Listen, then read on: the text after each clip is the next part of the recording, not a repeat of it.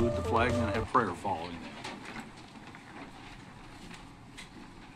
I pledge allegiance to the flag of the United States of America and to the republic for which it stands, one nation, under God, indivisible, with liberty and justice for all. Dylan Christner from Cross Point Church is going to open in prayer for us this morning. Father God, we thank you today for this day, and we thank you everyone got here safely. Pray for all those out on the roads today that they use wisdom and caution as they drive. Pray for all those helping to clear the roads. Lord, may you bless these proceedings. May your hand be upon our city, our county, our state, and our nation. In your name we pray. Amen. Amen. Thank you, Dylan. Appreciate that. You may be seated. Well, again, thank you for being here, but before we get started this morning, we got some important business to do with the young lady in the audience.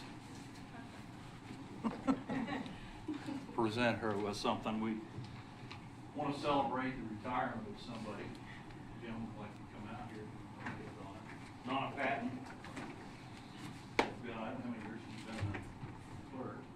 12 years with the county for 33. Long time she's been here, and we appreciate her service, and we just like to let you know. Thank you. I think you guys can celebrate. Congratulations. Thank you. Well, and I just want to say that we have been very fortunate to have you guys with us. You guys have always backed us no matter what, silly things we have going on. And, we've always had that support, and we really appreciate that. Past and present, commission have always been good with us. And my staff's been awesome, and they'll do great. So thank you again. Thank you.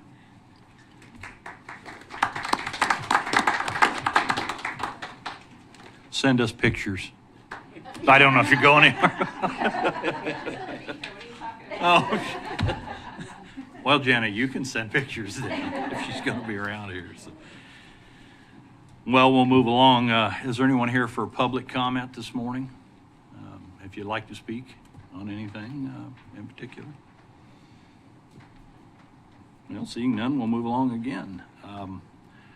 Any additions or, good morning, Commissioner Weitzel. Good morning. Appreciate you being here. Additions or revisions to the agenda? Well, seeing none, consent agenda number 6. This is going to be hopefully a pretty short meeting.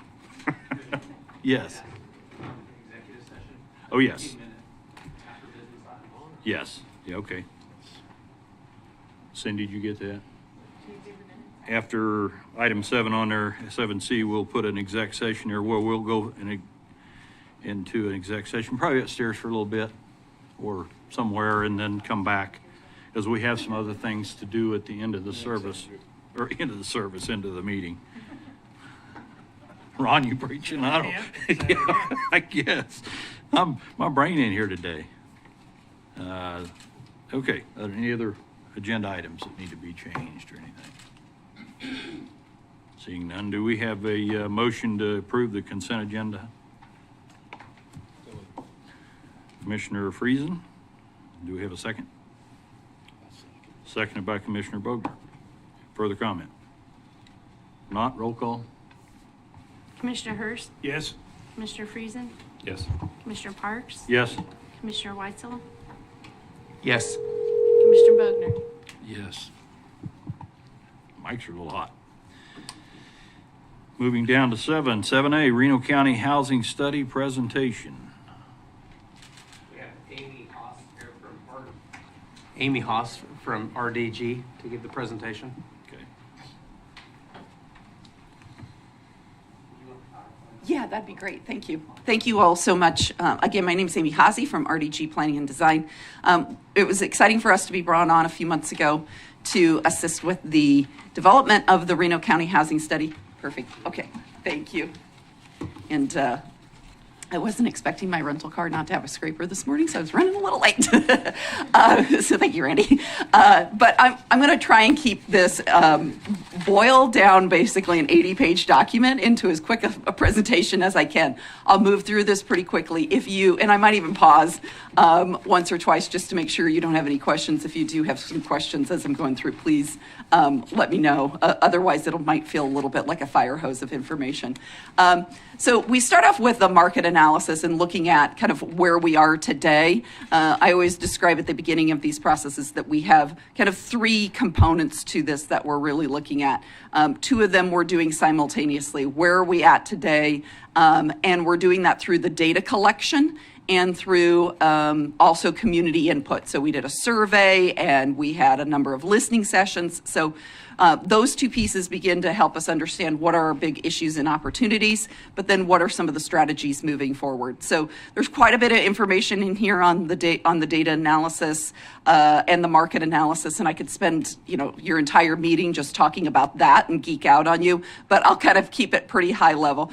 One of the things, though, that I do want to point out that we really kind of saw as we were looking at the data, and that was specifically with the city of Hutchinson, was a potential undercount that we think probably happened. And that's based on a couple things. One, as a whole, Reno County has a pretty young population, so naturally your population should just grow. You should have more deaths than births. The building activity also indicated to us that you probably weren't seeing a significant outmigration. The other piece of it is the fact that you didn't really have this high vacancy rate. The census said that Hutchinson lost something like 2,000 in population, and we looked at this and said, but we don't have thousands or hundreds of units sitting vacant from this population decline. So that was one of the things that we looked at and kind of discussed with our committee and began to adjust and move from there. One of the other things that we look at when we're thinking about housing and how much housing we could potentially need, and that is kind of where workers in your county are living. And we have about 9,400 or so folks who drive into the county every day to work here. Now, we realize that you're not going to capture all of that population. People choose to live in different locations for different reasons and where they want to work. But there is a percentage of that we think we could maybe potentially be capturing here in the county if we have the right kind of housing that they need. We also know that you have a fairly older building stock. So about 47%, almost 50% of your stock was built before 1960.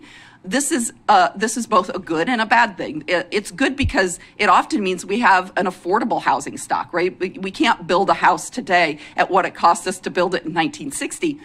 But it also means that we got to be thinking about repair and maintenance and upkeep of those properties too, being really important. And this ties really closely to this, the other thing, and I'm going to boil this chart or graph down to really simple terms. So the green line is our households, and the blue bars are the number of units that are affordable to those households. So what this tells us is that we actually have quite a few homes that are affordable to our households, making between $25,000 and $50,000. But we don't have a lot of housing on the other end. So that means that those households that are making more are filling those units. So we have a lot of competition that's happening for those units. We had a really good discussion last night too about the fact that we're not always going to see everybody who wants to move out of those units. So while we need to build those market rate units, we need to continue to find ways to build in that affordable range too. And the reason that I say people won't maybe move out, a good example of this is people like their neighborhood. They refinanced at the 3% in 2020 and they don't want to move. So we're not going to get everybody to move out of those homes, but we got to continue to produce housing that's going to be appealing to them and make them interested in moving. So this was a little bit of just an analysis that we did with Hutchinson and looking at where we think their population was. And based on this analysis, we came out to the fact that it was probably about stagnant. And I still feel that's probably a little bit on the conservative side. So moving forward, we started to look at where do we think we're going to go into the future.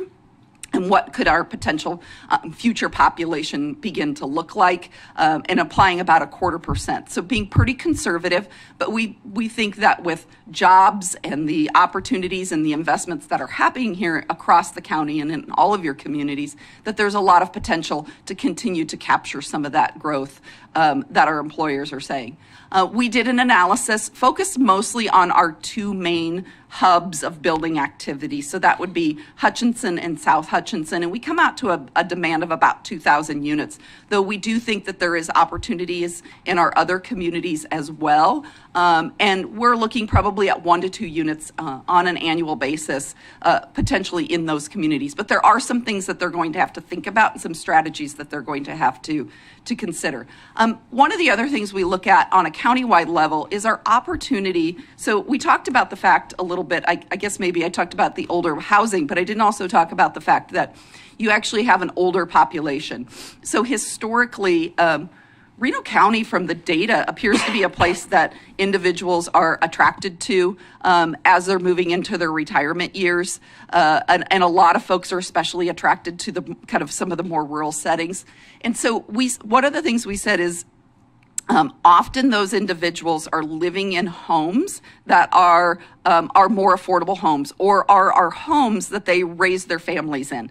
And they're a 3-4 bedroom home, and it might not be the home that's appropriate for where they're at right now. They might not want to shovel the snow anymore. And so what are their options if they don't want all of those maintenance pieces to it too?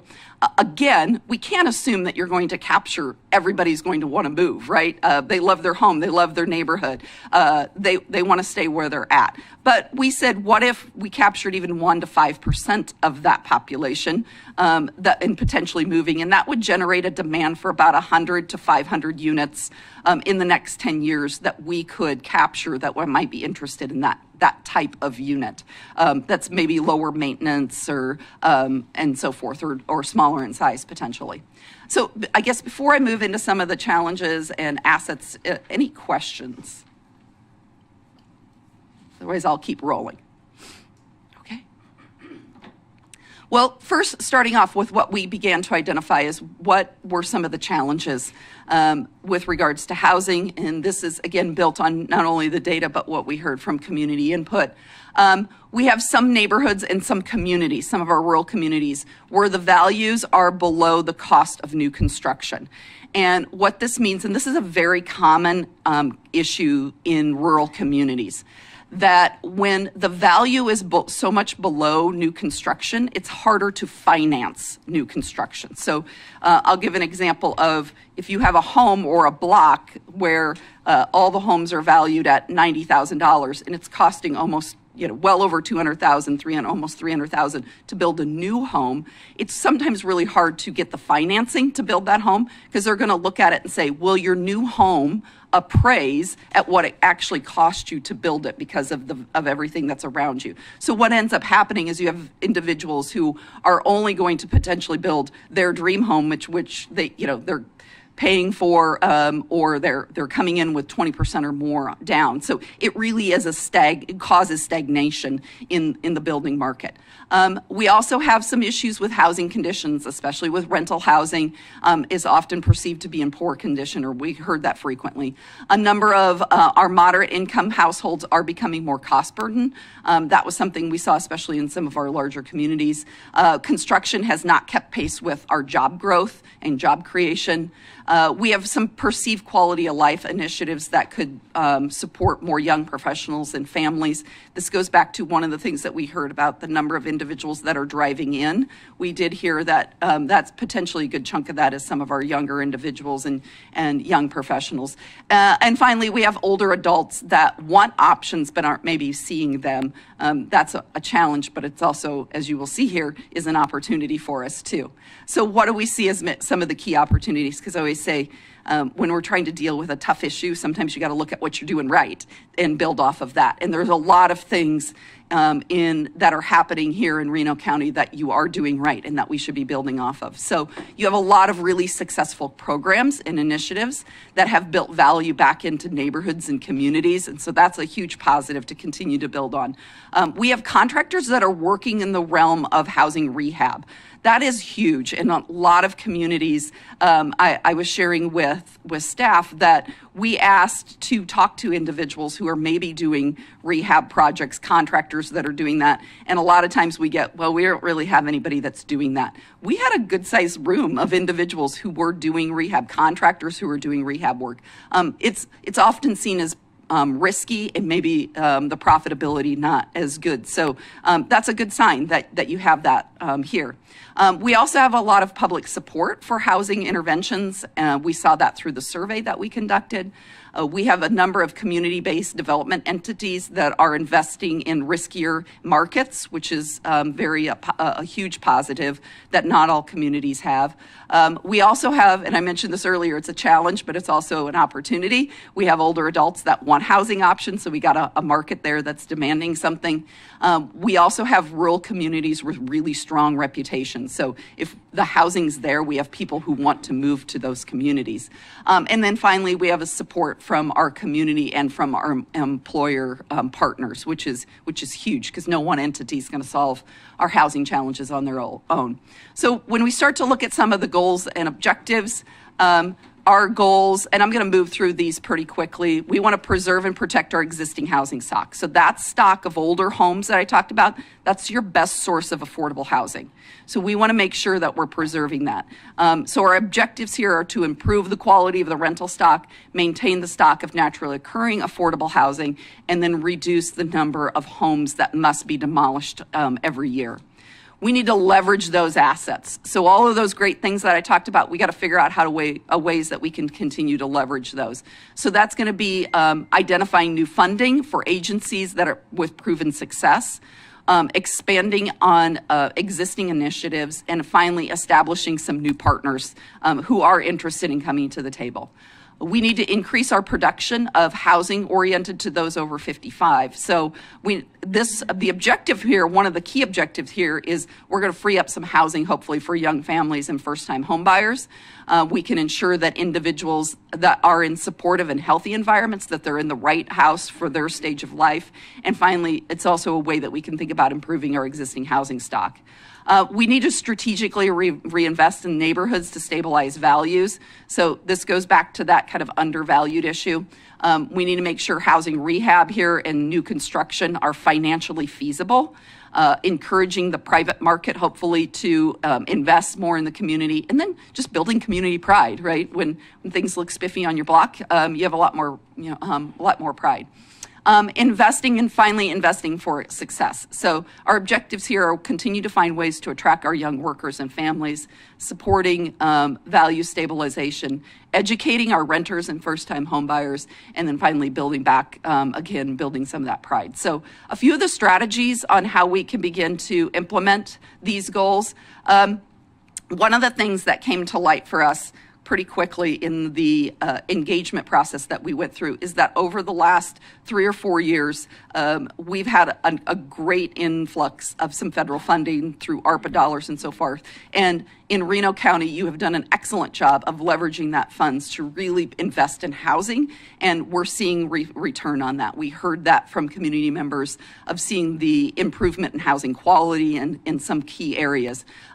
But that money is not going to be around forever. So how do we begin to kind of backfill that? So potentially establishing a development fund, a housing development fund. And I often describe it as we got to think about that as almost like an economic development fund, right? So housing is economic development. And how do we think about housing and development as that kind of economic development fund for it? We need to continue to expand the outreach and knowledge of the available programs. So some strategies around how we make sure people are aware of the things that are already there, expanding opportunities for tenant and landlord education, and then just basic minimum rental standards.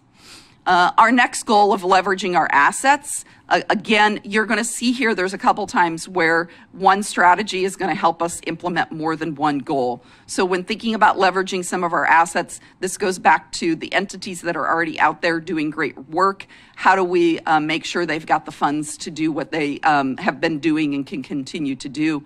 And then establishing some partnerships for bulk buying and insurance coverage. So a couple of the things that we know can really drive up prices on housing and housing costs, and that is the rising cost of insurance and also just the cost of materials to do construction. So how can we maybe leverage some of the resources that we have here to do that? Increasing that production for our over 55. So we've got to encourage more accessible housing. We can do that through partnerships with the developers, assisting with site preparation, financing tools, all of those things that can be used to kind of leverage and encourage people to build certain building product types. Updating the zoning ordinance. This is probably something that applies a little bit more to Hutchinson, but a number of our rural communities should probably take a look at their zoning ordinances too and say, hey, are there things in here like the lot size or product types that we're just, we're making it harder to do? That's not going to mean a developer is going to come in and instantly knock down your door and start doing those things, but it's going to make it easier. It's going to remove a hurdle for them at least. And then just prioritizing funding for projects that locate affordable housing closer to transit and community services. Goal number 4, strategically reinvesting in our neighborhoods and in our rural communities to stabilize values. So here we need to be filling the gaps between the cost of what it costs to build and what it could potentially get appraised at. So this is where we got to be thinking about things like gap financing, potentially waiving fees. So this is again where things like that development fund can be really helpful in figuring out that gap financing. But the state, you guys are very lucky here in Kansas. You have a program, the Moderate Income Housing Program, that can also be another great tool to assist with the gap financing part.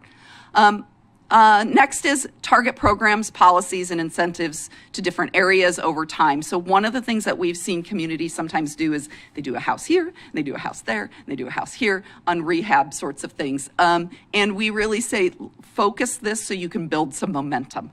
Where can we strategically say, hey, here's a spot where if we really focus our dollars and initiatives, because we only have a certain amount of money, right? And we can build momentum from there, and it can kind of radiate out. I love to tell the stories of communities where I've heard of when you see an investment happening on a block or in a community, and it makes the other people in the community go, maybe I should paint my house or mow the lawn more frequently or do those things because you're building that pride, right?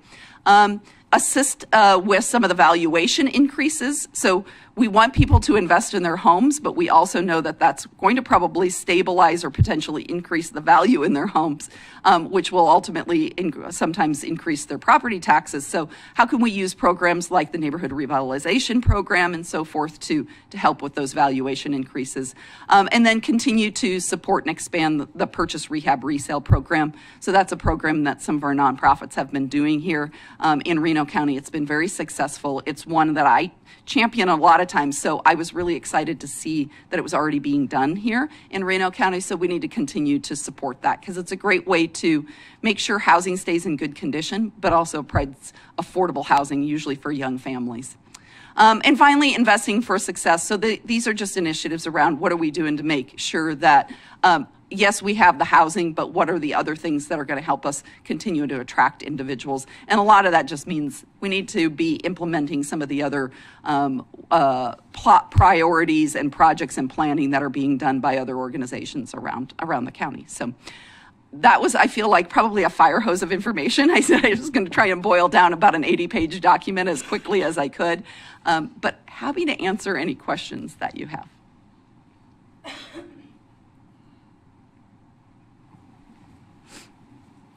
Questions?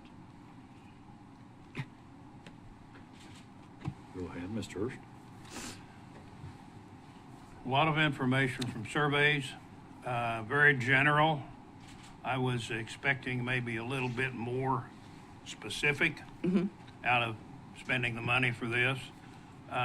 Did you drive to Nickerson and talk to the mayor or go through any of these towns? Yes, we tried to visit some of the other communities, and we did do outreach to all the communities. And on our committee, we also had representation from the other communities too. So, I know representation's nice, but if you're going to make in my imagine, a qualified housing study, you have to be able to see the area. absolutely, yep. And, but I thought, nice things we already knew. Maybe it'll enthuse us a little bit in some areas. Right. But, I've been through two or three of these similar things, and to me, I'd like to see more specifics. Yeah, well, and I will say that I know sometimes it's kind of the we do this, we had the sense of this already, but this really does become a really important tool for you as you are going out and looking for other assistance and other programs. So when you're going out and applying for the moderate income housing programs and some of the other programs that KHRC is doing, this type of study is very helpful for that, and then works in combination. The other part that we always struggle with, we do try to visit every one of the communities that participate in the study, but we also reach out and ask folks to join in on our listening sessions and so forth. But we also have to realize that the data sometimes that we get, and that's why we combine, that we realize sometimes that the data that the census is having often has a higher margin of error. So that's why we do try to go out and do the surveys and talk with folks and combine those pieces together to identify what we think are those opportunities and challenges. Done. Well, I didn't know if you had anything else. Well, one of the things I heard at a meeting here a while back that I probably gleaned out there today that I picked up on, and I know there's some contractors in the room, that across the state there is a feel for this housing increase that's been pushed out at Topeka, but also at the county level there's a lot of talk in one of the breakout meetings about the fact that it needs to be some housing for possibly some retirees to move into. And this town and community is around at large at Reno County is mostly made up of that demographic, which I'm sure you've discovered. Yeah. And so it makes it somewhat difficult for some other things, for growth and different things. But I think you're exactly right. When we look at expanding some areas, we need to expand with something that's more cost effective. I know I was in contact with one couple that moved back that retired and came here and built a small moderate home, and in their price point, and I think we're looking at houses of 220 to 320, and that's not realistic for some people. Mm-hmm. I think there has to be a more cost-effective way to do that, and I think you're right. You picked that out of there, and that's one of my pushes has been, Administrator and I've talked many times about that. We've got to find a way to make that happen, and some alternate style of houses. It doesn't necessarily have to be the stick-built house that we're accustomed to. As a lot of people are living in those kinds of houses now. So I think that's a big push for me, that we could do something like that. And I love to pick on the city that's here, but you're right. I mean, if we could alter the way we build and do some things that are a little bit different, cooperative, I think we could accomplish some of those things. I really do. But where is it? Do you do these studies for other people too? Yes. So we actually did. Share with me some of the successes out of the studies over the past and what become of them. Yeah, so I will first of all say that I would like to give a lot of kudos to what is already happening here in Reno County, because we do a lot of these. We've done, we've done studies with most of the major communities here in Kansas. We did the statewide housing study, but we've done North Dakota to Texas and all the way to Indiana. And there's not a lot of places. I've worked and currently working with another community that's much larger than here, and they don't have some of the nonprofit groups that are doing the work that you see here. They haven't been doing some of the initiatives that we've been seeing here. So I'm really impressed with that, and I think everybody should give themselves some kudos for the work that has been happening here, and that you have this great asset to build off of. So I just wanted to share that first. So what have we maybe seen from some other successes? So I'm going to use a smaller community that I've always been pretty proud of, and it's Schuyler, Nebraska. So Schuyler is much smaller than here. They're a community of about 6,000 or so folks. They have a large meatpacking facility, so they have a minority population of almost 60%.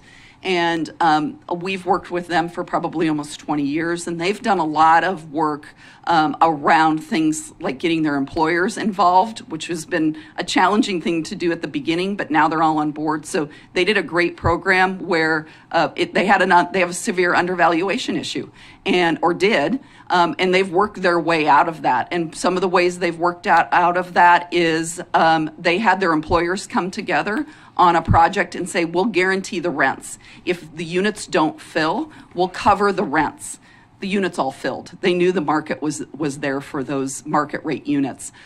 So they've done a lot of things like that, and they've actually, over probably the last 15, 20 years, have worked their way kind of out of that undervaluation issue, and they're seeing some good new building going on. I think that's a great success story. You know, we've worked with Dodge City and Garden City, and Dodge City in the early 2000s, mid 2000s, they were seeing hardly anything built. They're now seeing hundreds of units being built because of the really targeted efforts. They're a resource that I think a lot of other communities across the state of Kansas look to because of some of the initiatives they've done around the rural housing incentive districts, and they're even getting more into infill and purchase rehab resale sorts of things too. So lots of really great things that we've had the opportunity to see come to fruition.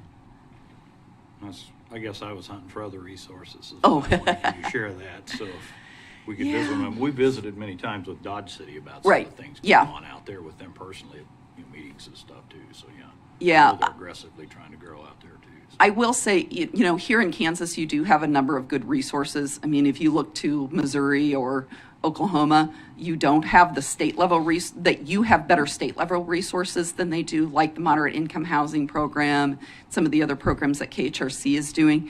But really, I think ultimately what we've seen are things, and Schuyler's probably a good example of this. They used some initial funding from the state to leverage with their local employers to up their development fund, and done some things like that have really helped. Thank you. Mm-hmm. Anyone else? No. Thank you. Okay, thank you so much. Presentation. Thank you for your time.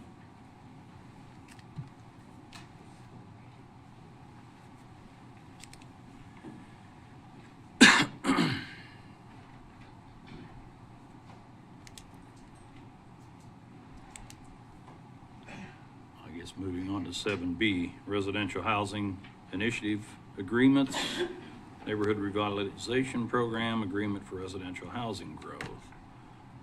You want to address that, Patrick? I know we made some revisions and stuff Yeah. on some of them.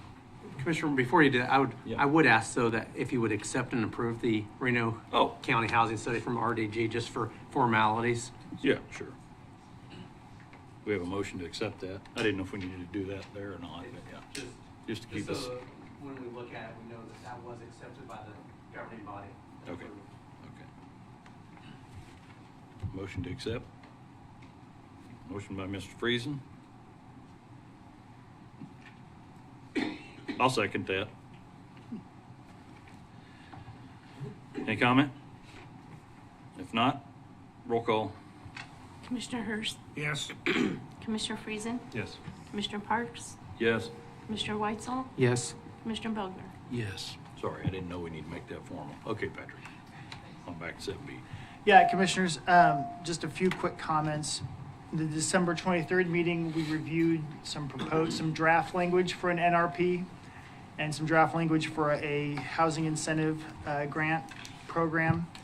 I got really excited to try and wrap up the NRP by the end of the year, and I was in reviewing it, realized we have to set that for a hearing. So if we get to a final draft version of it, we'll still have to publish a hearing notice, possibly as early as the February 5th meeting. So I just want to draw that to your attention.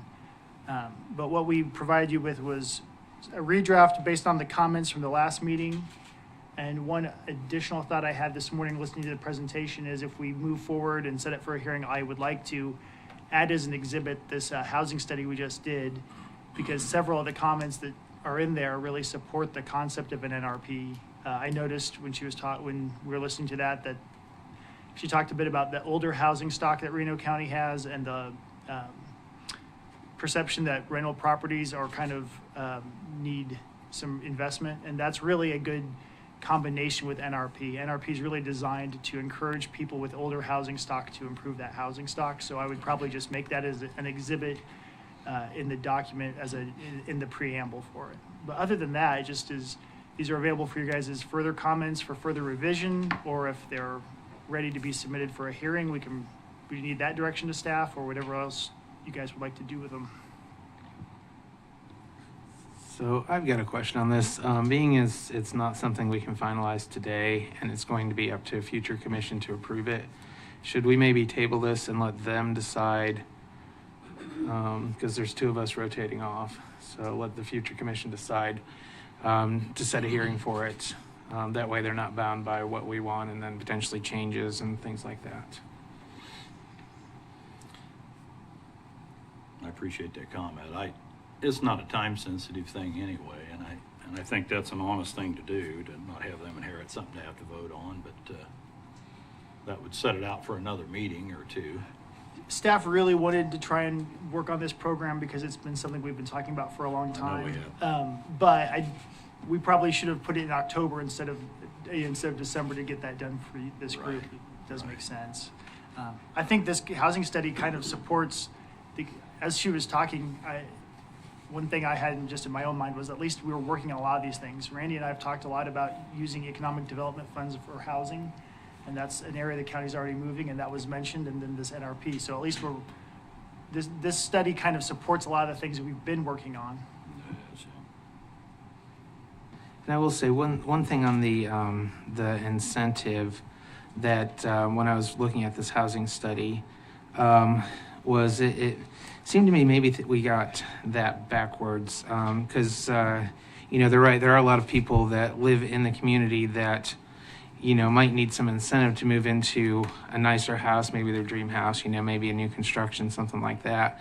And so that would free up some other more affordable housing for people moving into the county. And so I'm wondering if maybe we don't have it backwards, and that instead of giving that, $5,000 or whatever it ends up being for new construction to people moving from outside the county, if we maybe gave it to people that already live here and would sell their house and purchase a new house, and then that would free up something more affordable for people coming in. I don't know what anybody else's thoughts on that are, but and that was there wasn't really a whole lot of stuff to take out of that housing study that I found, but that was one thing was hey, there's a lot of people that are competing for the less expensive housing because there's not more expensive housing that they might like, and so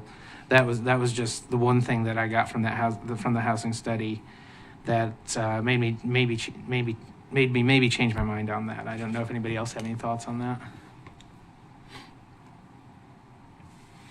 Comments? I'm reading. It's refreshing my memory. I read it the other night, but I knew it was mentioned in there that who was able to take advantage of this incentive. As John mentioned that, I was just reading through to see what limitations are set on it. But Is that limitation on that? On the new, It can't be. I thought we looked at it. there was just I had a lot of different opinions, so I wasn't totally sure if there was a Breathe consensus. through, but I thought we looked at it. yeah, because I thought we'd mentioned that before.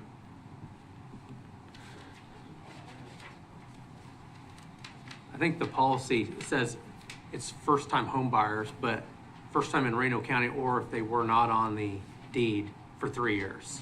I believe we do have it to where someone can, but if they currently own a home, the current policy does not give them $5,000 to sell a home in Reno County, to buy a new home in Reno County if they currently own. We could change that, but Well, it makes sense that you wouldn't because they have some equity and asset in that house, so they would have something off that anyway to use, but I don't know how I feel about that either way. The problem, to put it bluntly, just the practical problem is, I think, it's hard to write a policy and not just capture the people that were already in the midst of selling their house, and then they just get the incentive because their timing would have been perfect on that, if that makes sense. So it's a really tricky thing to solve for. Well, it's no different than the guy who just got done remodeling his house and we passed this week, you know? Actually, on the NRP, though, that's a good distinction. You have to apply in advance, so there's a front-end application. So if somebody was already in the midst of a remodel when we passed the NRP, they'd be too late. It'd be somebody who's getting. What we really want is to get with NRP is get people who've been thinking about it, like most of us usually are thinking about doing something to our house, and then you get them off the edge to do it. Yeah, well, that was just my point. Anything you pass, you're gonna leave people out because of a timing issue, like you were pointing out on this other side. I mean, it's gonna happen.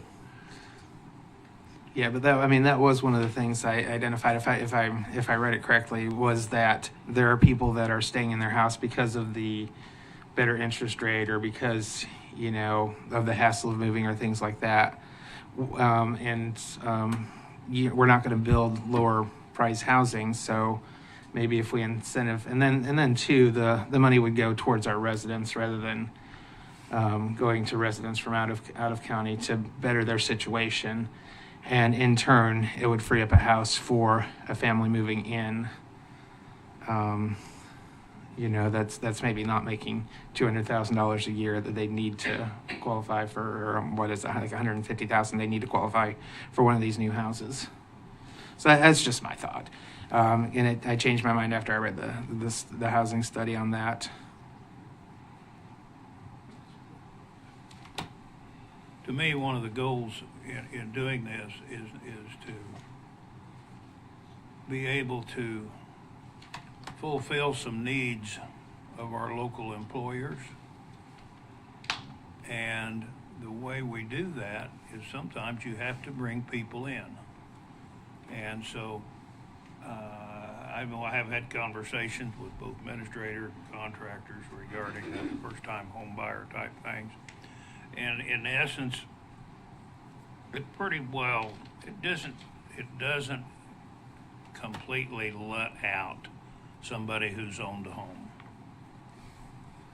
And it gives an incentive for an employee or an employer when he's looking at somebody to come in and fill a need for that employee and company. It allows them to say, hey, we've got some deals here that can help you. And there is a stopgap in there, an insurance policy that says they have to be in it for 5 years, or they have to pay back some of that. I think you've done a really good job putting it together. Randy, there is one item here. I don't know whether you changed any of this from our yesterday's conversation. Let me see it. Because I see mobile home is in there yet. And I think that should be out, even though we're looking at small homes that could be put on a foundation. Then I think that's a difference. Here's the edited one. Let's see.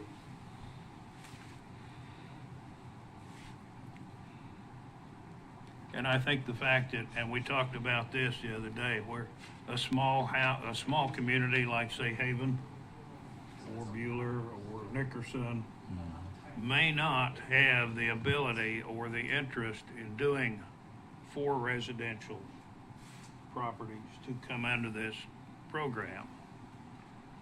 But at the same time, if we have an NRP, that's an awfully good incentive for that 1 and 2 homes, or 3, even if they can't quite get 4, or don't have that capability of people, of someone who's willing to put the risk out, but yet with an NRP still available, that will allow the 1 and 2 homes to be built in a small 500 population. To me, that, or even you take some of our unincorporated areas like Habit and Yoder and Pleasant View area.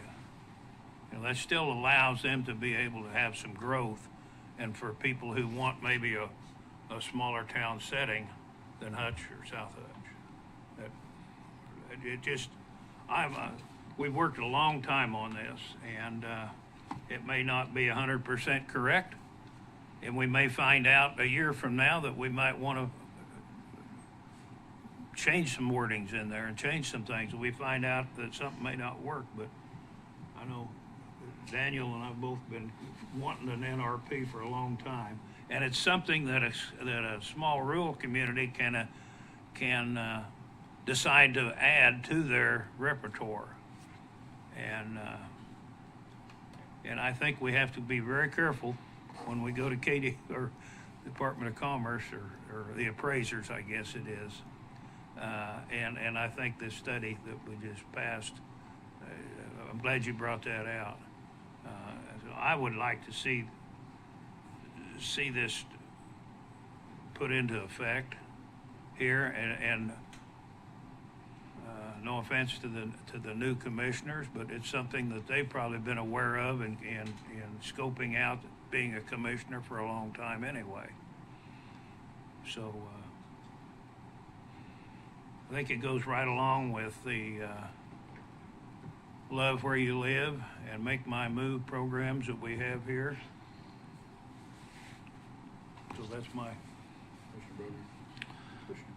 Yeah, I mean, for personal experience, Haven's had a program in place, and I used it. It was available, and my contractor and I decided to use it, and it does make a lot of difference if you're creating housing, whether it be for the elderly or who. There's a whole lot of upfront money there, and until you fill these facilities, you better have pretty deep pockets. And it's kind of nice that when you're not getting the full income from it in a startup position, that you're not having to pay the full taxes. The taxes on that particular facility take 10 weeks of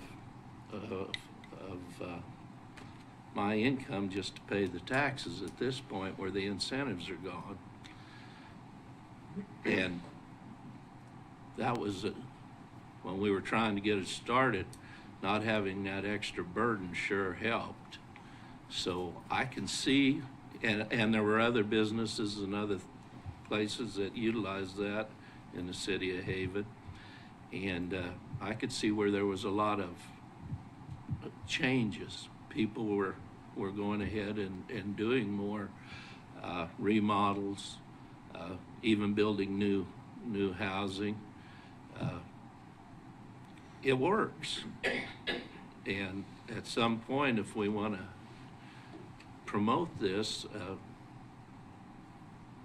like I said, history shows it works. So at least you're not trying something out there in the blue that you're wondering whether it'll work or not. It actually does help.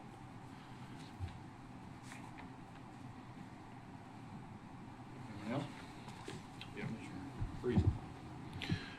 I appreciate all the comments, and I hear what Commissioner Weitzel's saying. I do think we're best positioned to make this decision. We've been involved in it for 4 years, and the staff's taken a lot of time. And sometimes you just got to do something. So I'd make a motion to approve as recommended by staff. Commissioner Friesen, unfortunately, because we have to set it for hearing, we can't approve it today, and so that's Well, what are you recommending? But I would like, if I can get a recommendation from the commission, to set it for the 5th. We can set it for the 5th. Randy and I can continue to educate the new commissioners about it. Worst case scenario is if they don't like it and it doesn't pass, it doesn't pass. But then if we have the green light to go forward as it is, that's what we're looking forward to today. And then the other comment, just real quick, Commissioner Hurst did have a good point. If it's not perfect, It may not be. And what we'll do as we have applications and go through the process a few times, if we see patterns emerge that we like, we can figure out how to increase those. And if we see patterns from people applying that we don't like, we'll fix it with a future document. But if you did want to make a motion to set it for hearing on the 5th, that would be what we'd be asking for as staff. So moved. Is that for both items or? Is your motion for the NRP or both? All you got to do is make a recommendation. Commissioner, the development agreement for residential housing growth is separate from the NRP. The NRP is the one that needs the public hearing. So the recommendation would be to set that for the public hearing in February. But you can consider development agreement for residential housing growth. You could approve that today if you're fine with what is in there. Two different motions. Okay. So motion 1 is to set the hearing for the NRP policy for February 5th. February 12th.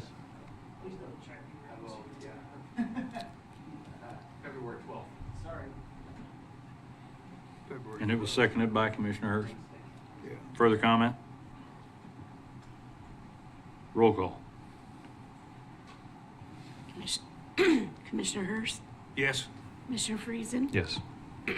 Commissioner Parks, Yes. Commissioner Whitesall, Yes. Commissioner Bogner. Yes. All right. Is there a second item you need approved? If you want to do the development agreement for residential housing, there are two different policies that are in the same agenda item.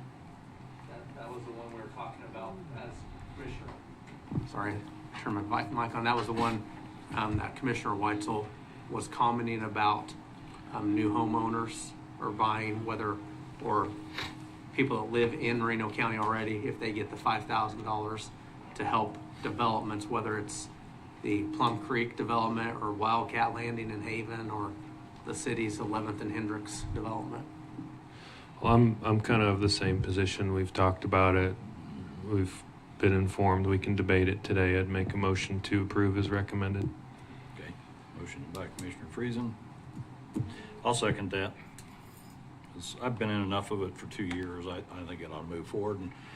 And Patrick, I feel fully confident that what you said, we can tweak it along the way a little bit if we need to, because I think you could see some pattern changes as time goes on, and maybe the economy changes and things like that as well. So anyway, any further comment? Not roll call. Commissioner Hurst, Yes. Commissioner Friesen, Yes. Commissioner Parks, Yes. Commissioner Whitesall, No. Commissioner Bogner. Yes. All right, well, I hate to, we probably only need 10 minutes maybe for this other exec session. Did you send me something to Patrick? Yeah, I did email you, but I believe item 7C, are you doing the executive session before 7C? We have the landfill fee discussion. Oh, we do, that's right, 7C. See, I was so anxious to get to that. I did try and email you. I have a new password. Yep, it is. Yeah, they're currently reworking mine, so I don't know if I got a computer anymore or not.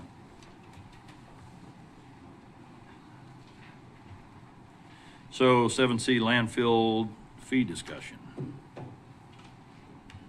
You want to take the lead on this one?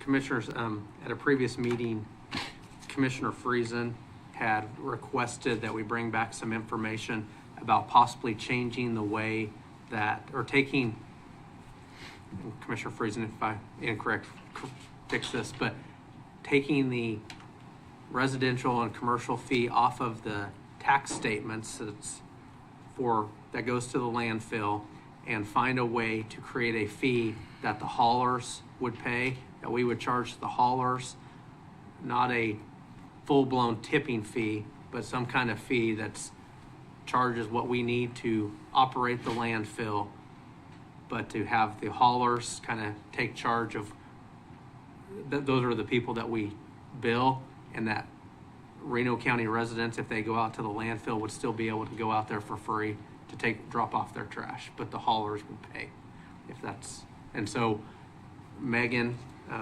the director of the solid waste, reached out to SCS and got a quote for a study because they would have the expertise to be able to put together how this would work.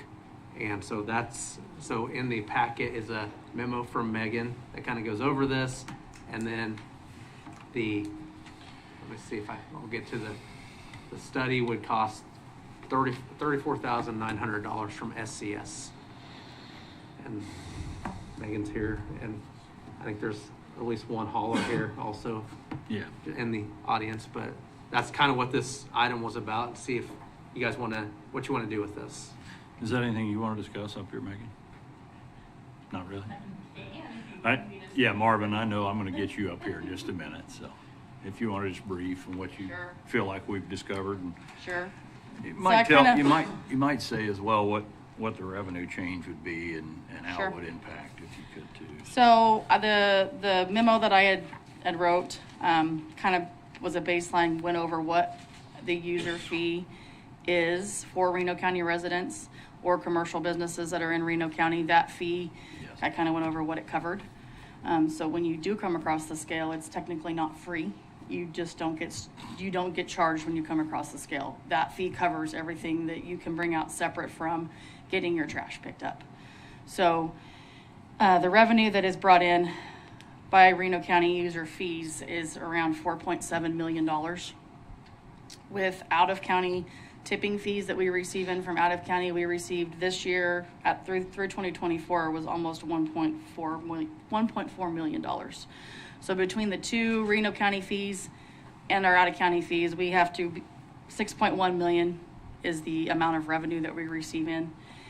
We are required by KDHE to have certain costs in our post-closure funding in the realms of 18 to 20 million is where we should be.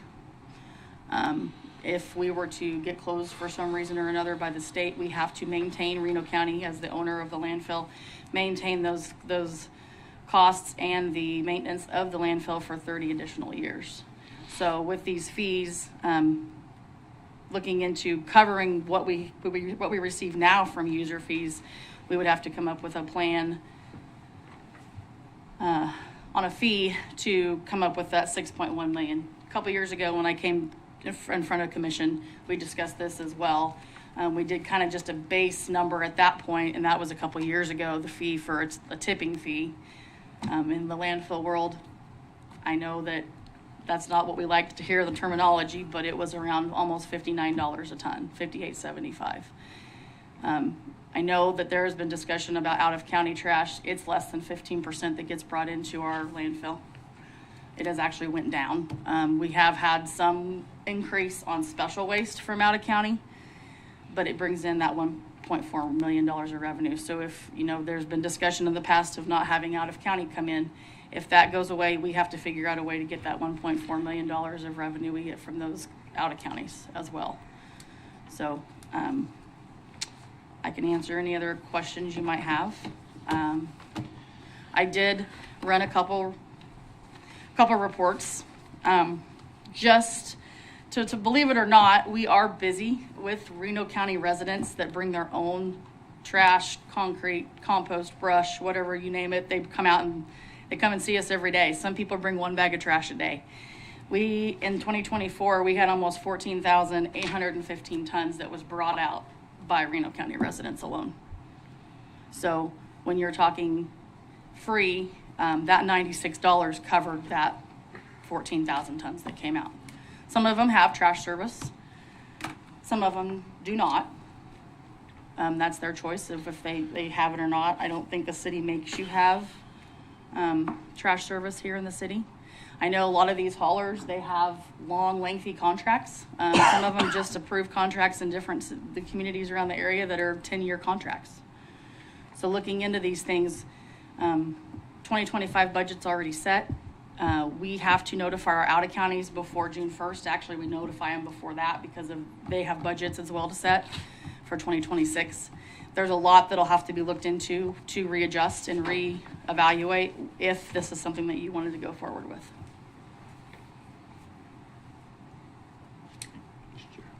Any questions for Megan?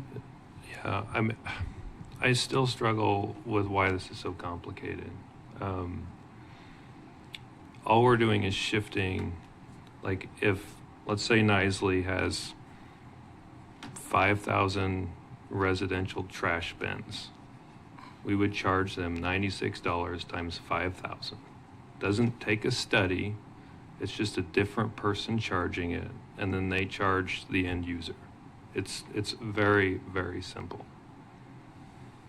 Like, we keep throwing all of this, like it's going to be so hard and there's going to be all these budget changes. It's just shifting where it's the end user's going to pay the $96 over 12 months. That's it. Why can't we just keep it simple? It seems like a waste to even study this. Why can't we do that? Well, I'm not for a big study and spending money on that. I can interject there. I think that that wouldn't go. I think- Why do we keep making it so I complicated? think part of it is getting all the haulers in a room, and if they're willing to do that. Yeah. I think that, and then how that would work for the haulers, The- because it's we run the landfill, they're putting it in there, we charge a fee. So there's no like negotiation. If you want to use the landfill, there's a fee, and it's the same fee we charge today, only you charge it to the end user. It's not complicated. But you're going to end up with tonnage that aren't going to be accounted for. That's correct. That's going to have to be paid for Listen, somewhere. I'm not going to be here, so you guys have to figure it out. Ron, you got to figure this out. But I'm tired. Every time we talk about it, it's roadblock, roadblock, roadblock. I'm not It's- giving roadblocks, I'm giving you data. No, every time we talk about it, it's going to be really complicated. This is not complicated. If we just simplify it, make it simple, pass it to the haulers, have them report how many can't, it's going to be much more accurate. Like the commercial data we have is very inaccurate. I can attest to that based on our own experience. Like, that data is not updated enough, and when you put it in front of the haulers and you say, hey, you got to report this directly, it's going to be accurate. We're going to fix a lot of problems, and we're going to take this fee off of the tax statement, because it's not a tax, it's a usage fee. It doesn't belong in the tax statement. Never should have been there. Megan, do we have data on what percentage from the county, like, Nicely, for example, brings in 47% of the weight or the tonnage of trash for We county? we have data where we weigh everything that comes in and out of the scale. So, I mean, and under, But you know, that's where certain you account get numbers. No. that's where you get no, all no. messed up No, when no, you no. start talking about weight, right? Right. It's- Well, no, it's no, no. units. Hear me out, Daniel. So, we've got $4.7 million. Divide it by tonnage, because we already have that data. So, if somebody brings in 50%, their fee would be 2.35 million, half of. Well, I'd like to hear from Marvin, because what you're not accounting for is the minute you do that, people are going to drop service and haul it out there for nothing. And then you're going to be stuck footing the bill. There's just going to be tonnage that's not accounted for, that's going to change, it's going to shift. I could see that happening. Am I wrong?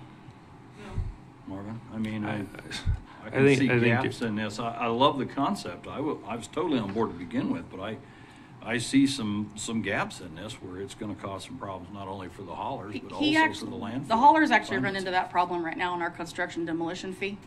When we originally approved it, it was for residents and commercial, both. We charged a $10 fee, and then commission took away that residential C&D fee, and now it's just commercial only. We have Marvin himself, they have people that don't rent boxes that This is the way it should work. It should be driven economically. You shouldn't hide it on a tax statement, and then people don't realize they're actually paying for it.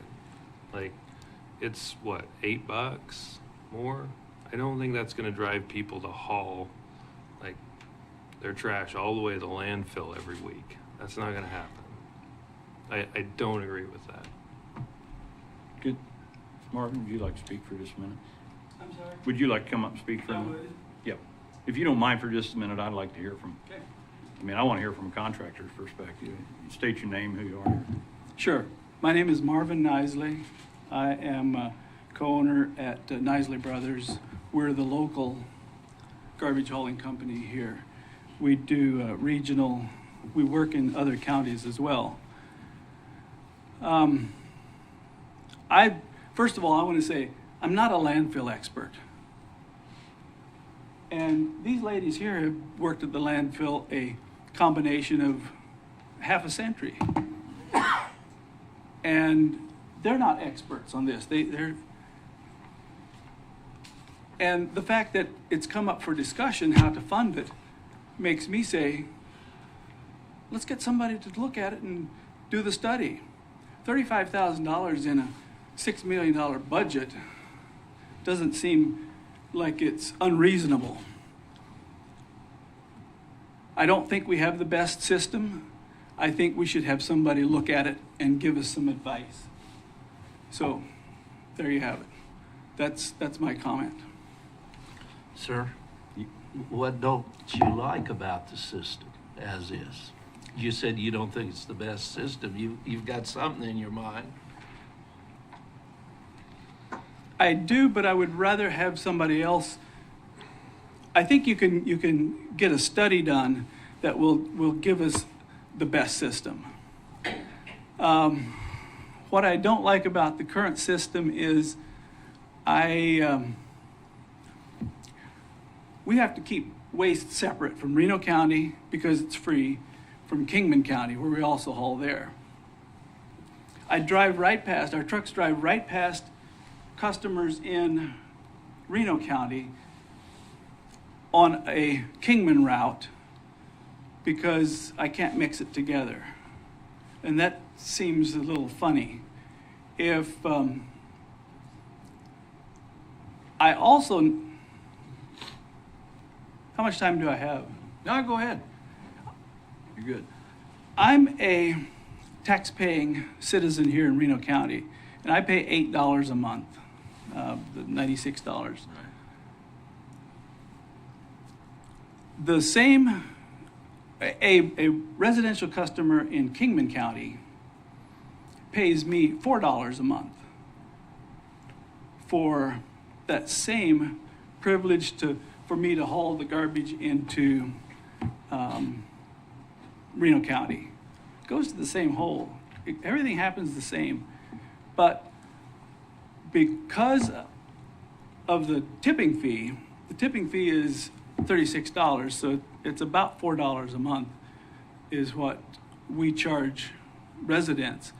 And so I say, why am I and you subsidizing Stafford, Reno, Rice, and Kingman and Harvey?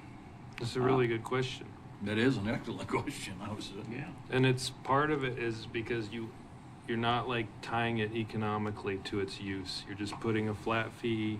It's arbitrary. It's on the statement for everybody, and then everybody forgets about it. Take it off the tax statement. That's it. Marvin said it. That's all I want. Take it off the tax statement. However you can figure it out. It's just don't put it on there anymore. I didn't mean to scare you away, Marvin. No, that's okay. We're in agreement. We're in agreement. But that's why I kind of wanted to hear from you, how it works from your end and your perspective. Mm-hmm. Your statement regarding subsidizing at $36 a ton. Marvin, come back up to the mic if you would, please. At $36 a ton, how are we subsidizing? They may pay you a certain amount, but Kingman pays $36 a ton. Well, Megan said that the operation, if you were to change it around, would cost something like $58 a ton. That's what it costs to run the landfill at Reno County, or something like that. And what you're doing is you're asking us guys, you're asking us, Reno County residents, to pay $8 a month, and you're asking the people in Kingman County to pay $4. I don't think that makes any sense. Not at all. And so I say, do the study. Let's listen what the study says. There are better ways. And in this group, there are over a dozen people, and we're all going to come up with different ideas.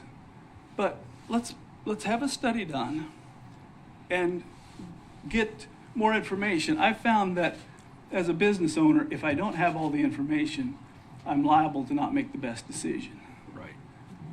And why not spend the $35,000? That's like a little bit of dust on the balance sheet for Megan. And let's do the study. Let's find out what's best for the citizens of Reno County. Well, I think we equate the outside trash you're coming in from different companies. We use you a lot of different places as well where I'm employed, Marvin, and and you haul from out of town. And I guess in my mind, it just clicked that you're hauling in and not just in the county. And others are doing that as well. And so that does make a lot of sense. So are we charging tonnage difference for them than we are for ourselves here in Reno County? Do you get billed differently for out of town than you do for here in Reno yes. County for dumping? When I come across the scales, I tell Megan, this comes from Reno County, and it doesn't cost me anything. When I bring trash in from our customers in Kingman County, I tell her that it's Kingman County, and I get billed for the waste that we bring in from Kingman County. Well, I think in her behalf, she has to account for where it come from, probably for the state, do you not? And so it is an accounting deal there, I'm sure, to keep track of it. I understand the The way comment. it's currently set up in our system, yes, that's the But does the state require that? Yes, we have to send in reports to KDHE. Right. And we pay $1 per ton for every ton that gets brought into us to KDHE. Right. Well, So I'm just suggesting that you go ahead with the study that she's recommended. We figure out what's the best way to do this, and we move ahead. appreciate it, thank you. I mean, in my humble opinion, there's the answer right there. Charge a straight tonnage fee, something what the cost that would sustain the landfill. Put a little cushion in there to make sure that we, if there are people that drop it. And so if it was the same tonnage fee, could he combine his Kingman and Reno County routes? So we currently have contracts in place with our out-of-counties. We'd have to work on those. In other landfills, how they operate and how they run, there's always a minimum charge for any kind of waste that's brought in. So if you have under 500 pounds, you pay $13. If you go off of it, it's a tipping fee. That's the only way you do it from where we do it now, or you go to a tipping fee. You have to have whatever you want to call it, that fee has to be set. And whether you bring trash out on your own or you have them haul it, it will get assessed to the end user. That end user is going to pay more in the end. But if you go to a tipping fee. I know in the past, you don't mind me asking this question, you had interjected in a couple of meetings that I remember recalling that you were in fear of losing out of county business by increasing the fees. I think you will lose your out-of-counties. Well, it doesn't sound like you might here, Well, but we might some. meaning, if he picks up in say Harvey County, and Harvey County hauls their waste to, say, Salina, they might go to a different landfill. They have their trash go to Salina. I mean, Marvin does bring things in from Kingman, Harvey, Stafford area. Waste Connections is the same way. You've got your main haulers from the out of counties that bring in with semi-trailers. Rice County is one of them. Harvey County is another one. I just have to build that into what we need to figure out for what that fee would be to cover the costs of, the bigger end of that, $1.4 million was $1 million just from Harvey County. And I'm not saying I'm not against looking at it. I just have to build all those costs and figures in to make sure Reno County is financially covered for expenses and future, cost that comes with it. Well, in some of that, we're currently working at a way to defray some costs. It won't be that amount. We may have some return off the development, what we're doing out there now, so. But it won't amount to the coverage to stopgap that, maybe. I don't know. I've changed my opinion. Yes. If you come up here, Ron. Ron Sellers, 3400 Thunderbird. Yes, I sir. came today to congratulate the two outgoing commissioners at their reception, but the two items I'd like you to consider in regard to this are that Daniel's plan has people paying on their trash bill, which I understand. But if you go to that plan, for those that don't have a trash plan, you're going to have to charge a tipping fee. And to me, that's very cumbersome, because I think the minute you start charging a tipping fee in Reno County, you're going to have people not bringing their trash in, and I Well, we think were the there county's before. going to be negatively impacted. And earlier in your meeting, you were talking about things to do to improve the county. I think if you go this method, you're going to have more waste not being taken to the landfill. Thank you. So, Commissioner Sellers and I have had this conversation. He hasn't changed his opinion since I failed to get this across the finish line when it was us three. And as you heard last time, Commissioner Hurst made the same argument Commissioner Sellers made. And I have said over and over and over again, we should not charge a tipping fee for Reno County residents that bring in residential trash on their own. I know, like, there's some fairness conversation there. It already exists today, right? People that have trash service or a residential home are paying it. They're not all using trash service, not all of them.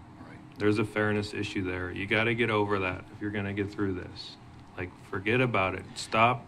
We're not going to charge residential Reno County residents to tip in the landfill. How do we pay for landfill services? It's not free. Nothing in life is free. Nothing is free. No, I know Today it's not at the free. It's landfill just coming somebody here else is not is paying free. for it. So we're moving it around. It's still unfair either way. So don't make the argument that it's unfair one way. If we switch it, it's still going to be unfair the other way. Well, it sounds like the current system has Reno County residents paying twice what out-of-county residents pay, and that's not fair. I mean, Let me ask you that, what would this study provide for us in light of, would they target this specific issue and tell us how to reasonably go forward and make this work? It's if going to possible? go through our fund balances. It's going to go through all of our expenditures, through our capital, through our budget. It'll go through the fees that we are charging currently to what we could charge to have to cover the costs to appropriately charge Reno County residents or commercials, out of county, whatever the case might be. It's going to give us a tipping fee. A tipping fee will have to be made to cover the costs of what the landfill has to continue to run and operate. And I look at, my plans are 5 to 7 years in advance, actually 10 years. So we have to work with the haulers. They have to work on their contracts with these cities that have 10-year contracts. We all have to work together if, to get that end dollar it's going to be a tipping fee. I just don't foresee it being any other way. Well, But if you have, that's Well, not my you keep decision, saying that's your tipping decision. fee, and we give somebody says dirty the county. We started seeing that happening with the tipping fee. I will agree. They dumped trash right up behind the old Burger King on North Main. That was going on, so we got rid of the tipping fee. When you're saying tipping fee, you're not putting it on households, residential. it's coming- But it's it's going to gonna be charged increase when- the tipping fee. Yes, Okay, that's what I need to yes. but maybe I didn't hear right. You say it's costing us $58 a ton? A couple years ago when we had this discussion before, I did some quick numbers on Reno County tonnage. Yeah. At that time, it was 75,000 or 85,000 tons. The tipping fee was $58.75. Is what it looked like a couple years ago. I don't know what. With the tipping fee. Yes, yes. So it doesn't, I'm trying to understand how that cost relates back to the present system. If it costed $58, each person, each household Each today? ton. $58.75 a ton. I'll make the motion. Correct. I see your point. Well, And why are we charging? I mean, I've been here 24 years and I wish I'm it- just going through, I mean, I'm not saying that we can figure well, out a you way to make operate in things budget. work. You have to do I certain mean, things certain ways for now. I understand. I know there's arguments on every side. Everybody has their opinions on it, and I would love to have heard. Oh, I'm The sorry. I only, didn't mean to interject. the only complaint is because that $96 shows up on the tax statement and not somewhere else. I mean, we're gonna have to. I'm gonna work with. I mean, if we go to do the study, like I said, do the study first. It's gonna take some time to get all of the things in line to make things work and transition into a whatever fee, however we want to call it. That's what's gonna have to change. It's gonna take. It can't happen overnight. It can't happen in 2 weeks, 2 months. It's gonna take time. I'd love to have heard from other contractors, but I know Marvin well enough that I trust his opinion and I trust what he says. I mean, I've been to other meetings and meetings with him over the years, and he obviously has got a successful business and understands how it will impact him. I have every bit of confidence in him wanting to move forward with the study that I would support that just to see. I mean, we have good working relationships with each other. Yeah. You know, currently with how things are worked and how everybody pays what their trash service is now, it's relatively.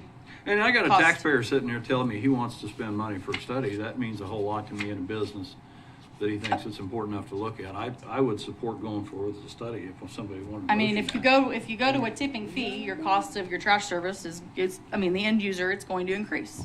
Right. That's just the way the world works. So. Yeah, but that's the thing. We don't know how much or anything else, and we'd You're like correct, to discover yes. that and find out. I mean, if it's $8 a load, who's going to protest that? Probably nobody. So, why don't I try? Oh, go ahead. I really think we need to tie this to the economics. I'm okay with the study, even though, that is the equivalent of half of a full-time person for a full year, right? I really think we can do this in-house and analyze it. We have really smart people, but I don't care at this point. I know this is a recommendation. We heard from Marvin. He's recommending it too. So I would recommend to approve the study as presented by staff with 2 mandates. One, the study needs to include that. Hey, Daniel, before you make a motion, can I make a motion and see if you would second it? Because I've got an idea, and I think you might like it. All right. Okay, so I will move and, figure out the legal stuff for me here. Thank you guys for ending your term as commissioners with a complicated motion. I think that's very appropriate. Hey, don't take my later comments away from this meeting. Would you not? It might not get a second. So I will motion to direct the county to remove the landfill fee from the tax rolls effective January 1st, 2026. That gives the landfill a year to figure out an appropriate tonnage to charge all commercial haulers, with the contingency that residential users who live in Reno County who bring their own trash not be charged a tipping fee. Second. Motion and a second. Further comment? Can I say something? You bet. Absolutely. So tax statements go out in November. And so December and May of the following year, that January 1 of 2026, that's going to be a legal question on that end. What he's saying is it doesn't show up on the 2026 when tax bills come out in 2026. That is not there. That's all he's saying. That gives you the year to work out. But it's contingent on working out. Guys, The just process, figure is it that what I'm out. hearing? Stop throwing roadblocks on Yeah, this. and then if they need to do a study to figure out how to charge, that's fine. Or if they don't, Yeah, that's fine. That's what I wondered. You cannot operate a landfill free. you cannot allow some people to do it for free and some not. Ron, it happens already every day. You can go there and dump your trash. It's not free. It's on your tax statement. Not for renters.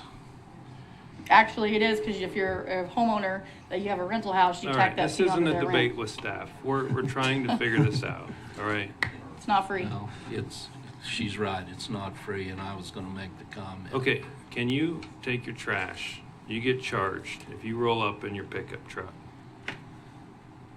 Are you charged right now? No, because it's on the tax statement. Right. They're going to move it to a different place, but you're going to still have that option. It's going to feel free to you either way, right? That's what we want. We want the residents to feel like it's free. We don't have to make the argument that it's not free. We all know we're paying for it somewhere, somehow. That exists, whether you do it the way we do it today or the new way. It exists. All we're saying is you want the convenience to roll up, dump your trash, and do it for free. It doesn't. This argument doesn't even like have any bearing. Like, yeah, we all know it costs something, right? We're not saying it doesn't cost something. We're just saying you don't get charged as a resident when you dump your trash. And then this would also charge the same tonnage fee for out of county versus in county. And Nisley wouldn't have to run separate routes to Kingman and, you know, basically everybody being paid For the same record thing. keeping, he has to, if I I don't- understood right. I don't think But so. I let- think it's just because there's a difference. Am I wrong there? Yeah.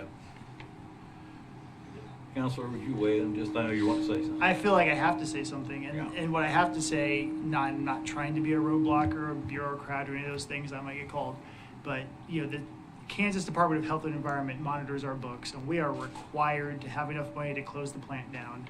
And my concern with the motion, not the spirit of the motion, but as written, you're putting staff under a deadline to come up with something that we don't know what we're coming up with and how we're going to solve the problem of how we're funding the landfill. That happens with every problem. You don't have a solution yet. It's your job to figure it out. And I think 10 Well, months I is a understand what good- you're saying, yeah. but I'm telling you that our regulator is not. This is a roadblock, Patrick. It's a roadblock. I'm labeling it as a roadblock. You can I figure knew it before out. I said it that you'd call it a roadblock. You but can figure this out. Like, it's just find a different way to come up with the money. we Like, can't figure it out. I don't know that we can figure it out in the timeline of that motion. If That was I- my if point. I amended I'm my not saying that motion we Come then- back to the next commission and tell them you need more time. It's the motion. Can we call this motion? I'll second. So now we need to vote on calling the motion. It needs four yes votes. I mean, it could fail under the next committee. Well, there's no debate. I called the motion. There's second. We need to vote on it. And roll call. Commissioner Hurst, No. Do you want to debate it more? Commissioner Friesen, Yes. Commissioner Parks, Yes. Commissioner Weitzel, Yes. Commissioner Bogner. We're not voting on the motion. We're just asking to end debate. If we end debate, then we'll vote on the motion. I'm gonna say no. All right. So, we're open for debate now? Yes. Go ahead.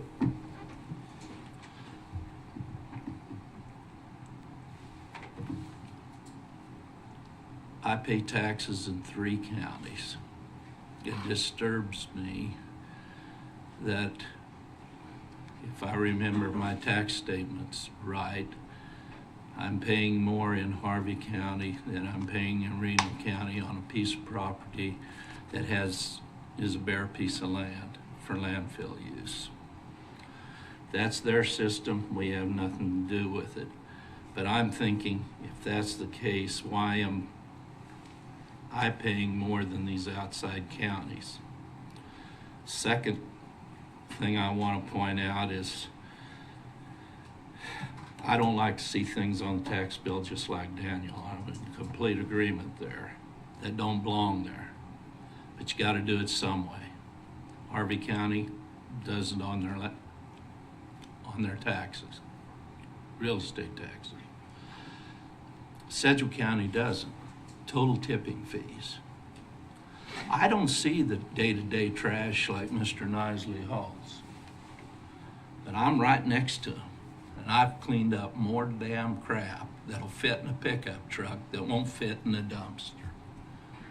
And I know our road crews do. The county road crews and our township crews do. There's problems with every way you do it. And I sit here and I wonder, how do you arrive at something reasonably fair? And how do you arrive at something that doesn't cause this segment of society who won't drive that pickup truck and pay the fee? They put it on my place. I guess it's a flaw in humanity. I don't know what it is. Or part of humanity. But how do you get something that actually works, gets it where it belongs, and is fair? And maybe we do need to study. I came in here dead set against it. But we got to get something worked out. That tax statement is full of fees we're collecting for the state of Kansas, and we're getting the credit for taking your money when it isn't us, just like we are with some of this other stuff.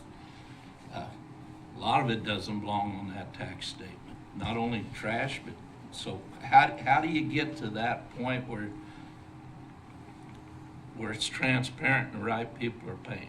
I just don't know at this point. But Don, you do know this motion will still allow people to take their trash without getting charged.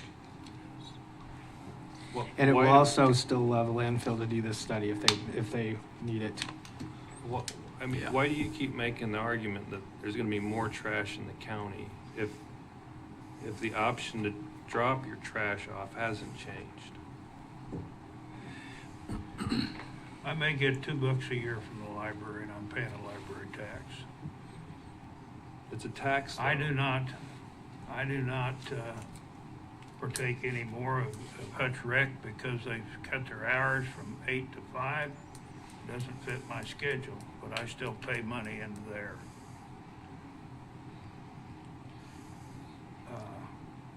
And I'm glad that some people can utilize that.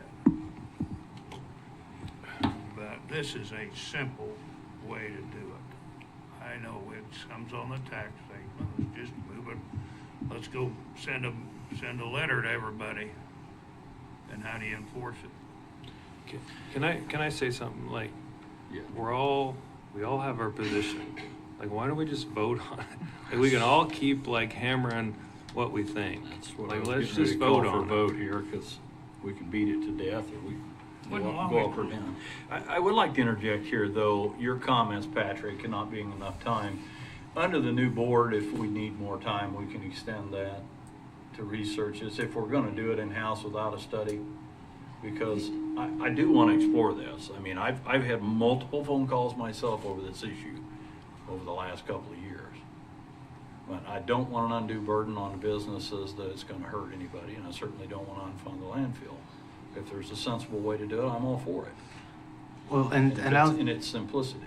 And I'll say the reason I made the motion the way I did, this would still allow for landfill to get the study, but the study is not the end goal. The end goal is to get it off the tax rolls. That's right. And so that's what this motion does. This motion gives the landfill whatever they need. I mean, they can do a study. They can look at their internal books. You know, they can do whatever they need to do. They just need to figure out how to get it off the tax rolls. And all I'm asking is, like, every time this comes up, the commission gets spooked by something. Like, oh, we don't have enough time. Oh, we're not going to find the money. Let's just run it through and then make the decision. Stop spooking the commission every time we bring this up. I'm not spooked. You can always stop something that does It not happens work. every time. Oh, there's going to be more trash in the county. Like, let's just work through the process first. Patrick? The one thing I wanted to say was I got called a roadblock, and it just occurred to me that, Sunday there were a lot of roadblocks out across Kansas, and they're there for a reason. And the reason is to warn you of something that you should be careful before you do it.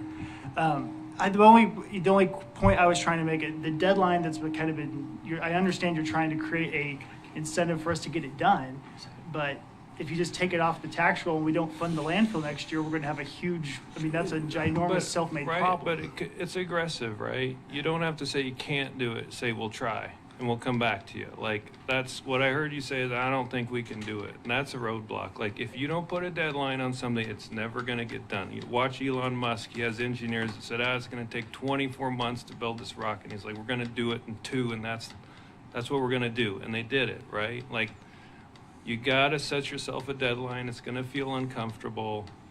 Don't say, I can't. Say, we'll try.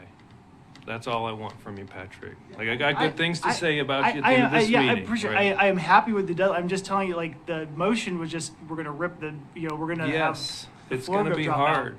And I feel like I have It's a good duty to for say, you. hey, It's like that uncomfortability is good. I have full faith that our staff can get this done in 10 months. That's right. 3 years ago, we figured out how to be able to pay for the landfill and keep it going and keep it, the closure financed.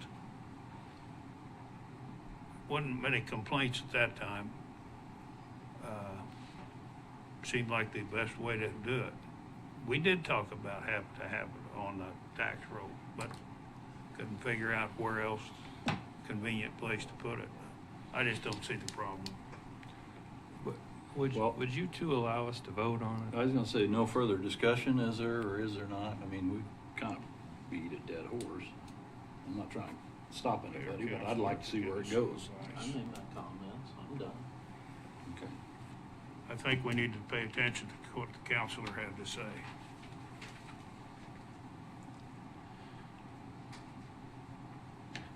That it?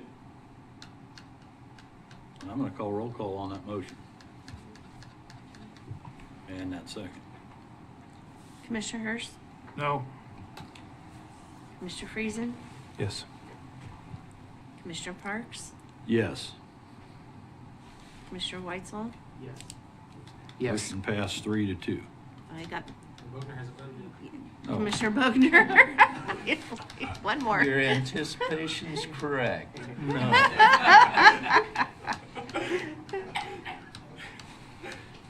Okay. What? Sorry. Threw that right out there, didn't I told you to quit reading his mind. I? Yeah. Well, we said too close. Yeah, our electronics bleed back and forth. Yeah.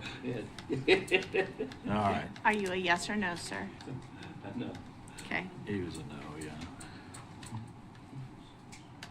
Well, that'll give us the ability to look at what it has, and whether it goes forward completely or not, it's not etched in stone, that's for sure.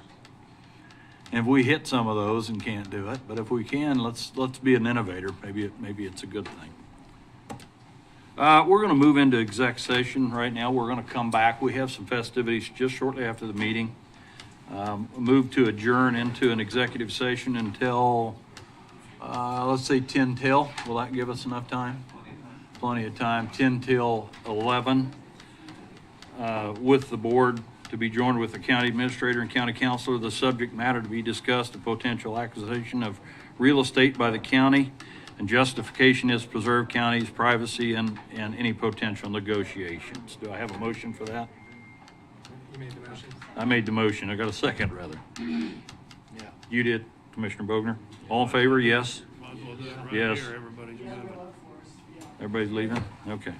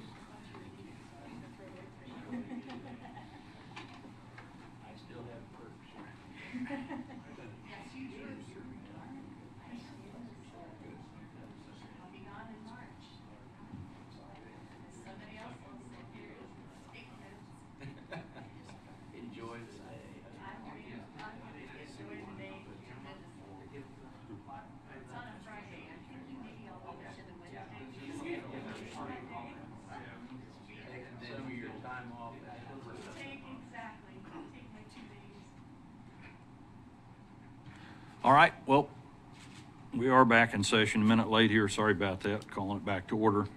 But we, at this time, we'll go number 8 on the agenda for County Administrator Report. All right, in the packet, there's monthly reports from Aging, Public Transportation, Automotive, Community Corrections, Emergency Management, Public Works, and Youth Services. Any questions about anything in the reports?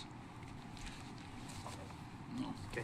The only other thing I had on my report, just letting you know that the Local Government Day by KAC and LKM is Wednesday, January 22nd. Happens to be the next County Commission meeting day. There's activities from 1 to 7. Just kind of bringing it to your attention in case multiple commissioners wanted to go up to Topeka immediately following the meeting, because if that's the case, we'll try to make that a relatively short meeting so you can travel to Topeka, meet with legislators, and just kind of throwing that out there. And that's all I had. Okay. Commissioner comments? I'm going to start down there. Commissioner Friesen. Is this my farewell? This is however you want to use it, brother. Okay, well, thank you. I appreciate the opportunity to serve Reno County for 4 years. I'm really grateful for the staff. I know it was a little spicy on our last meeting. Like, I feel it was a good and bad way to end the meeting. I know we haven't always agreed on everything, but I really do think we have very good staff. Randy, Patrick, I know it's really hard on Megan today. It's just a debate we've had since we started, and I really respect her position and her thoughts on the issue. I just disagree on that point, but she does a phenomenal job at running the landfill. See Don here. Don's the best public works guy I've ever met in Kansas, and I've worked with a lot. And there's a lot of other county staff that I can't rattle off their names, but they've been really good to work with, and I appreciate the thick skin they have. Like, we have a really hard job, like doing all of this in front of the public and pushing hard. Sometimes is uncomfortable, but I can't say enough how appreciative I am, and I think the whole county is, of the county staff. So starts at the top. Thank you, Randy. But I really do respect everybody that works here immensely. To you guys, to Commissioner Sellers, appreciate you letting me have another debate with you today. I respect you guys a lot. We've had, it's been an honor to work with you guys. We've had our disagreements, but we've always pulled together and figured things out for the county, and I'm certainly going to miss the opportunity to work with you guys every couple of weeks. But I'm really proud of what we've accomplished the last 4 years as staff, commission. We've worked through some really hard issues, and I know you guys will keep up the good work. So it's time for me to move on, and I'm excited about that. I'm a little sad to leave you guys, but thank you for the honor of being here. Thank you, Daniel. I'm going to move to the other end. I think it'd be appropriate to go in that direction. All right, so I've actually been really impressed with the county government, which was not something I thought that I would be saying. This is not the first position I've been, or elected position I've been in, and in the other ones, my entire tenure was fighting waste, fighting overspending, fighting bloat. Government is just, government wastes money. They steal it from us and they waste our money, and that's typically what happens. But with the county, it was different. So I do feel like our departments are very well run. Are there some things I voted against that I would have liked us not to spend money on? Yeah. But at the same time, I don't see the bloat and the waste that that I've seen in other other government organizations I've been a part of. And so kudos to everybody involved, all the department heads, the administrator, the staff. I think we've got a really good group of people here in Reno County, and I really appreciate that. The chamber was another thing that completely changed my mind. I appreciate all that you guys are doing to support the county and to bring us forward. As far as what I did while I was here, I'm very proud of the work I did. I was 100% consistent with everything that I've ever said publicly. I don't feel like I've ever taken a vote that went against my core values and what I have been open and honest to the public about. And that's the thing, you see, just in my life talking, dealing with elected officials, you see so many of them that'll campaign on one thing and then they get in office and they completely forget what they ran on. And I feel like I haven't done that. I feel like I've been consistent. People may not like it, but I feel like that I don't think any of my votes were a surprise. And so moving forward, I would just say good luck to everybody. Another thing that was really nice about this board is, and in relation to other government or other elected positions I've held, is that I feel like everybody came prepared to all the meetings. That is very unusual, at least in my circumstance. People opening the agenda at the meeting, seeing it for the first time was pretty typical on a lot of boards I've been a part of. So I really appreciate the debates. I appreciate how everybody came prepared. And so I think I'm leaving the county in a better position than it was before I started. So. Thank you, Commissioner Weitzel. I appreciate that. Commissioner Bogner? Well, a couple things outside of what's going on here today. We're losing 2 members.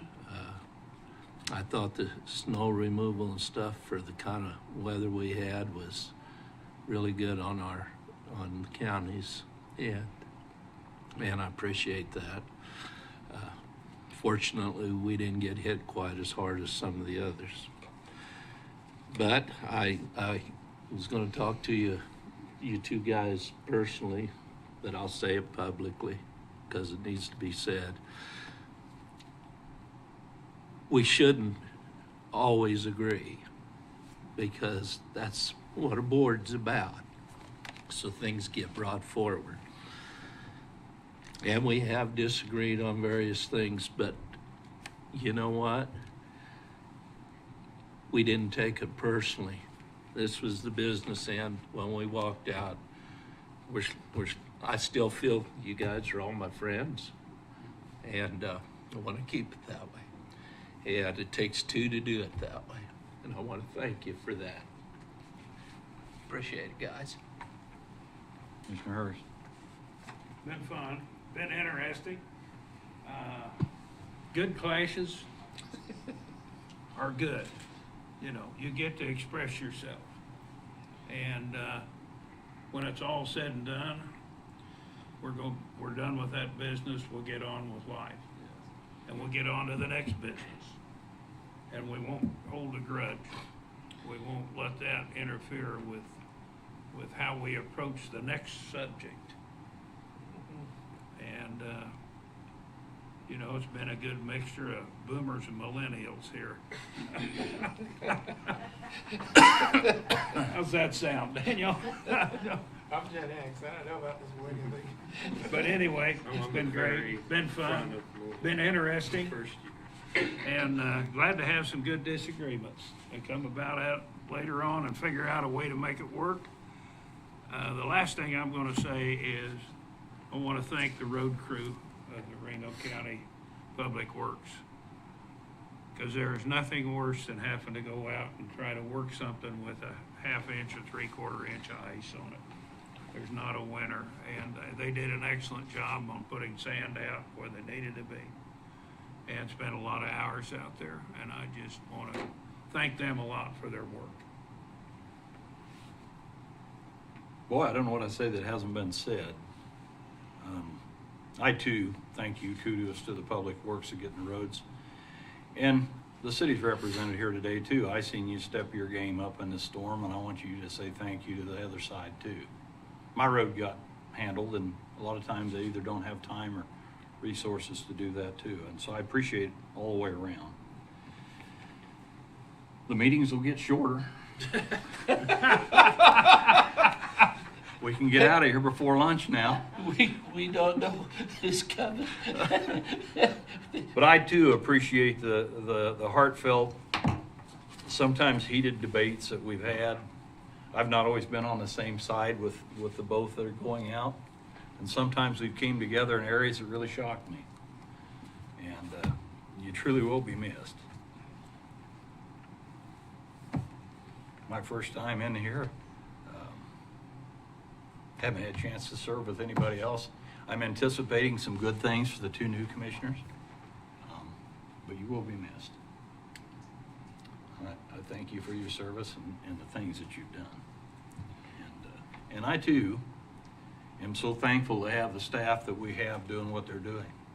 I can remember back at the time when I was an employee here, we had Monday morning meetings to come before the commission every Monday to give a report that you give us now, because they didn't have an administrator to keep them informed.